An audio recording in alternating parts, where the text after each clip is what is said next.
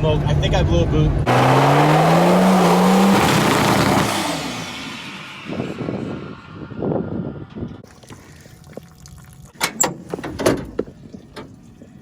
Oh no. It looks like I just lifted the head.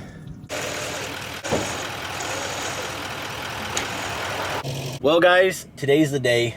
I'm dropping off the Dodge, which is on the trailer back here, to Dylan's house in Indiana. Now before we get started into this video, we have less than 2 weeks left to win the 1979 GMC Power Wagon Cummins swap manual 12 valve. I left that link in the description below. Hurry up, time is running out. You cannot win unless you don't get entered. The goal of this giveaway is to raise money for a veteran organization, and not only that, you may have an opportunity to win this thing. So good luck everybody, let's get back to the video. You know, it kind of hurts me a little bit because I can work on my own stuff, but I have way too much going on with my other builds. This is kind of back burner at this point. You know, I wasn't planning on blowing the truck up, but I guess that's just how it goes. In this video, I'm not actually gonna tear anything apart, but there's something that I want you to stay tuned for because I think I know what happened. Right now, I'm just getting some diesel fuel and then we'll go ahead and hit the road. So stay tuned. All right, we're gonna figure out how we're gonna strap this old girl up. Also, we gotta put the mirrors up because, you know, the Dodge. Here we go. Now we're moosing it. I would not use that, Dylan. You got something longer? Yes, definitely. If we lose that chain, I'm backing right into you. Hey, you ain't gonna hurt me. I know, exactly.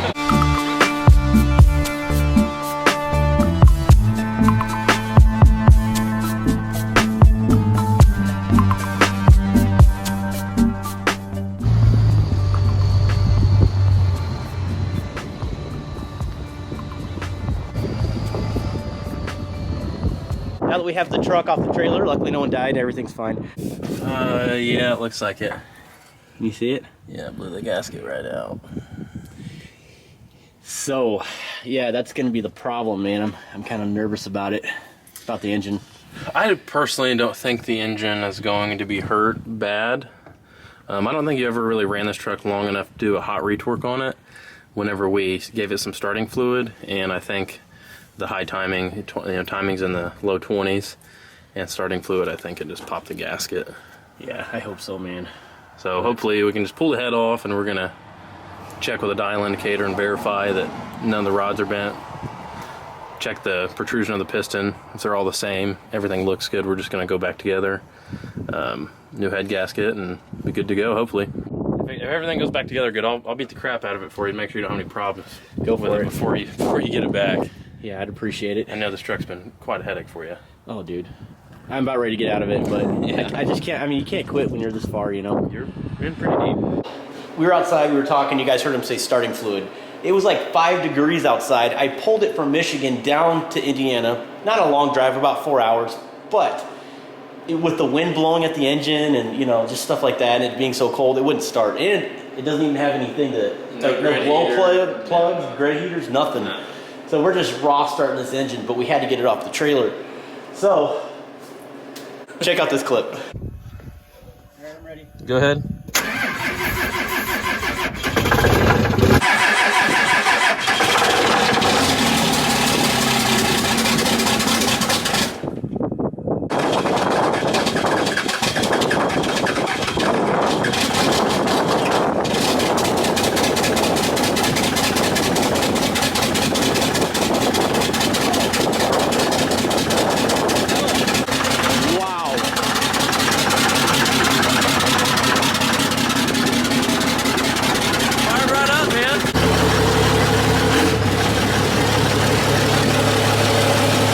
So as you guys saw in that clip, we had to hit it with some starting fluid.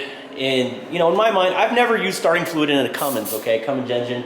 I've used starting fluid multiple times in the motor pool when I was in the Army. We used to have to start those engines all the time in the cold in Kansas when I was stationed at Fort Riley. A good example for this would be like a 7.3 Power Stroke. You change injectors in them, you can hydro lock them with oil, coolant, you know, whatever falls down in there, and it can happen with diesel or starting fluid as well. You know, the cylinder's just full, it has to go somewhere. And it went somewhere, it went out the head gasket. So, and then the coolant finished it off. It probably, one of the ports on the head gasket probably blew out, it filled in the cylinder and then pushed it out the fire ring. So you guys know how I express my humility and my shame on my channel. I don't hide a lot. I tell you guys exactly what's going on. A lot of YouTubers, they kind of hide certain things so they don't get destroyed in the comments. Right.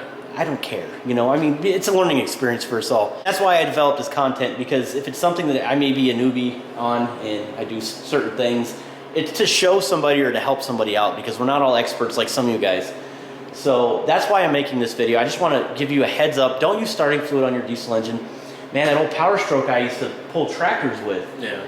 I use starting fluid on that thing all the time. Those 6.0s, they're temperamental in the cold too. Yep. So not Maybe the one I have. Maybe but. it was extra strength that got us. Oh yeah. We used the PM version. We used the AM. Okay, so here's another thing that I didn't tell you guys about. When I had the truck here last time, we were fabbing up the downpipe that goes to the second turbo. We had it up in the air, and we noticed that there was coolant running down the block, and it was leaking on the ground. This isn't the truck, okay? I'm gonna back up here. This is actually a customer truck that he's been working on. He does do everything by appointment only. Here is his Instagram. Definitely DM him if you're interested. He does live in the central Indiana area. You know, we don't want to give out too much information, but if you're sort of in that area and you're interested in getting your Dodge fixed up, definitely reach out to him. So as you guys can see, this Cummins engine itself is kind of tilted up a little bit. When the truck's on the hoist, you know, of course it's up higher. You know, this is tilted down a little bit. And we did notice there was a little bit of coolant that was puddling up over there. But we took it as the fleece coolant bypass system that I have hooked up, that braided line going on the side of this driver passenger side here.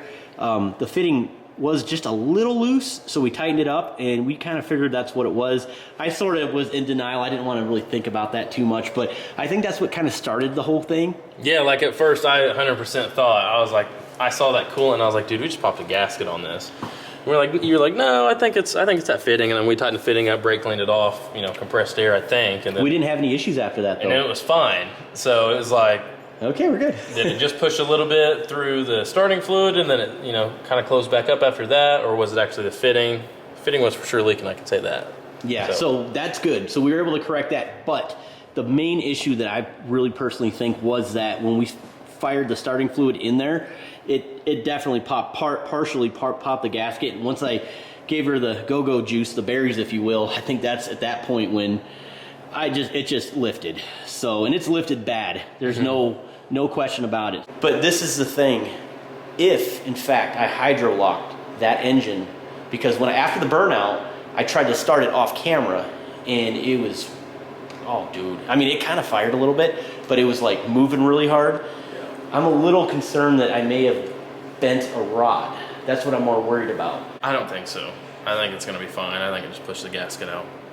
But so how we'll check it is we'll pull the head off of it. As long as there's no visible damage to any of the pistons, you know, the cylinder walls aren't scored up where a piston ring blew out and scratching up the wall, then I'll just take this little cheap indicator we got here with a magnetic base, and we will basically just check the protrusion of every piston. And as long as they're all the same, we're going to put the motor back together.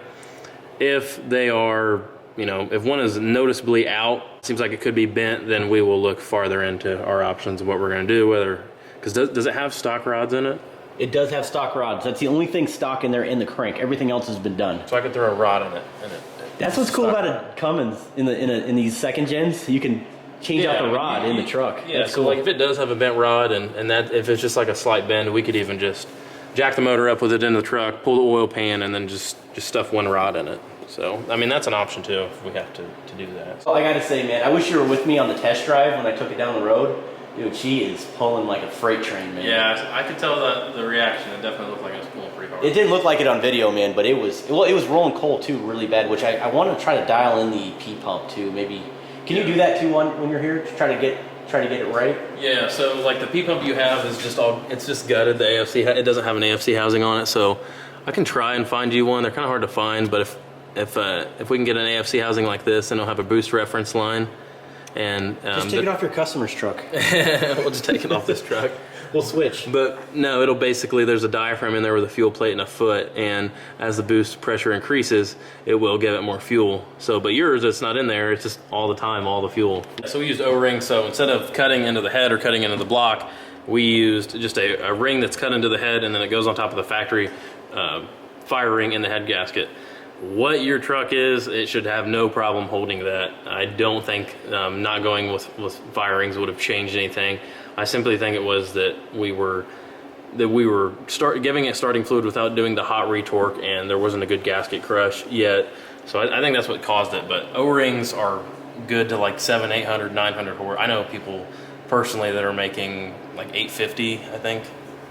Maybe, on O-rings? Yeah, 800, 850 on O-rings. Well, that's pretty good because that truck ain't, I don't think that truck's going to hit 1,000. And fire rings are, I mean, fire rings are great. Like, I mean, there's nothing wrong with doing fire rings if you think your truck is going to be, you know, over that, you know, absolutely go for it. And then the other thing, I'm actually going to be ordering a set of ARP head studs for the Cummins from Ryan's Diesel Service, as well as a gasket kit, Molly. Yep. Is that going to be what we're, that's what I used last time? Yep.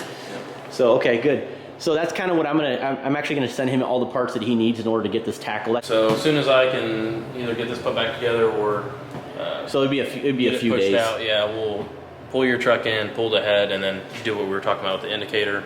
And as long as it looks good, then we'll order everything and start getting it ready to go back together.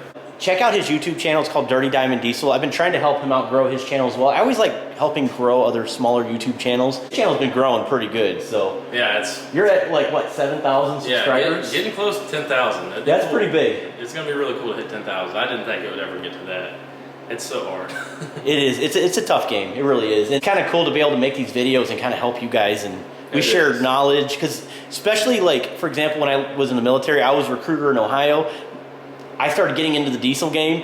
I didn't know anybody who knew anything about Duramax. I was on my own, and YouTube at the time was, I mean, you couldn't find anything. Everything was all forums, Duramax forums. I'm sure. Yeah, you're kind of like a pioneer a little bit. Not really. But yeah, so I started like making videos, and they started really getting a lot of traction. And I'm like, maybe there's something to this, because it's helping out a lot of people. And that makes my day when I get messages from you guys saying, you know, you saved me a ton of money. So it kind of gets me through, you know, these videos. It gives me the motivation to keep posting.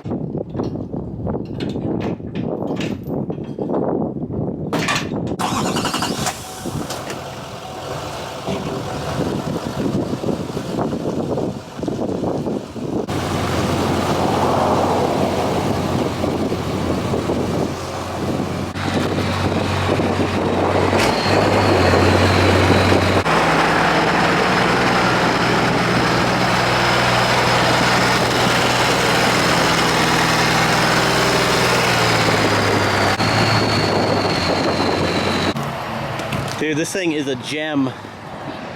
She will haul some gravel, let me tell you. Yeah, it looks like she took off pretty quick too. Yeah. All right, we got to get both dump beds up now. Ooh, Here we go. Might as well just left that gate open. Got it all out of there. This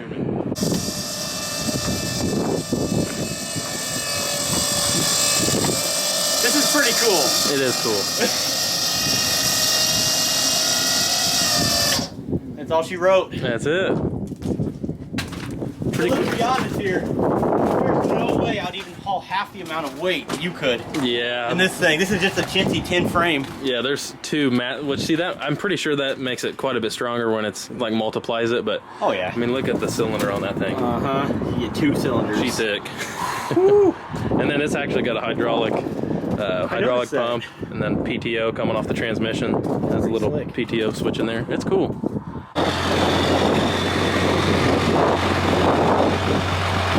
I call her the dumpster, by the way. All I've really done is put brakes on it, windshield wiper motor, change the oil, and I've drove it more than my fortune. Yeah, you told me you daily it to work every day. Every day. At first, people were like, "What's wrong with you?" And now it's just a normal thing. Just daily drive a dump truck, you know. Let me know in the comments, guys. Would you daily drive a 12-valve dump truck to work every day? Let me know.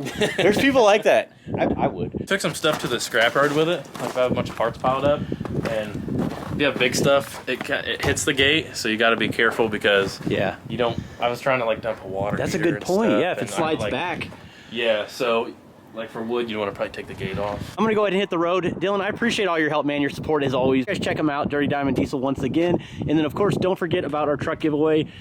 It ends in like 2 weeks, so you only got like 2 weeks to enter in. Yeah, that is not a long time. Dude, that truck is going to literally change someone's life. It is, absolutely. I mean, even if they just got it and sold it, I mean. Yeah, just got it, exactly. It's so nice. You're gonna see that thing rolling across the floor at the Bear Jackson auction one day. You never know. You never know. I'll leave that link for the truck giveaway if you guys want to enter in. It's 25 bucks. You can win that truck for 25 bucks. 25 bucks. And we are giving a portion of the proceeds to the DAV. That's it. Thank you so much for watching. Stay tuned.